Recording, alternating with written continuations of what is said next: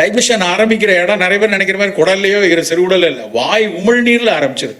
உமிழ்நீரில் இருக்கக்கூடிய அந்த salivary amylase கரெக்டாக வேலை செஞ்சால் தான் அந்த நம்ம சாப்பிடக்கூடிய உணவை அப்படி கூறுகளாக உடைச்சு அந்த அமைலேஸ் அப்படிங்கிற விஷயம் வந்து அமைலோஸ் அப்படின்னு நம்ம சாப்பிட்ற அரிசியில் இருக்கிற குளுக்கோஸ் வந்து அமைலோஸ். அந்த அமைலேஸ் உடைக்க ஆரம்பிச்சிடும், வாயிலே உடைக்க ஆரம்பிச்சிடும். இப்போ நீங்கள் வாயில் உடைக்க முடியாத ஒரு சோறு கைக்குத்தல் அரிசி. கைக்குத்தலாக இருந்ததுன்னா பல் கடிச்சு அதை அரைச்சி நீங்கள் மெல்ல முடியாது, அதை மென்னுக்கிட்டே இருக்க முடியாது. நீங்கள் அது ஒரு உடைச்சு அது முழு மாவு ஆகிறதுக்கு முன்னாடி அது வந்து உணவு குழலுக்கு வந்து இறப்பைக்கு வந்துடும். அதே வெள்ளை பச்சை பட்டை தீட்டுன்னு ஒரு அரிசியாக இருந்ததுன்னா பல் கடித்த உடனே அந்த அமைலோஸ் வந்து அந்த சலைவரி அமைலோஸால் அங்கே அப்சார்ப்ஷன் கூட ஆரம்பிச்சு.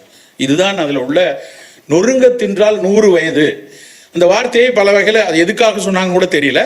ஆனால் ரொம்ப ரொம்ப ஆழமான விஷயம். ஒரு நொறுக்கி பற்களால் கடித்து அதை வந்து மெல்ல சவைச்சு அந்த உமிழ்நீரோட கலந்து உள்ளே போகும்போது அதனுடைய மெட்டபாலிசம் ரேட்டில் மாறும். ஸோ ஒரு உணவை அது அதனுடைய ஸ்ட்ரக்சரில் அது வந்து எவ்வளவுக்கு எவ்வளவு கடினமாக இருக்கிறதோ, எவ்வளவுக்கு எவ்வளவு அதில் வந்து பிற சுவைகள் கலந்து இருக்கிறதோ அதை பொறுத்து அதனுடைய கிளைசமிக் இண்டெக்ஸ் கொஞ்சம் மாறுபடும்.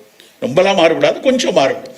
ஆனால் கொஞ்சம் கொஞ்சமாக காலையிலையும் மதியமும் இரவும் கொஞ்சம் கொஞ்சம் மாறி அது லோ கிளைசமிக்காக இருந்ததுன்னா அது சர்க்கரை வியாதி மட்டும் இல்லை, ரத்த கொதிப்பு மட்டுமல்ல, புற்றுநோய் மட்டுமல்ல, உடல் எடை குறைப்பு வரைக்கும் அத்தனைக்கும் பயன்படுகிறது என்பதுதான் இன்றைய அறிவியலுடைய மிக மிக ஆணித்தரமாக நிரூபித்து சொன்ன ஒரு விஷயம்.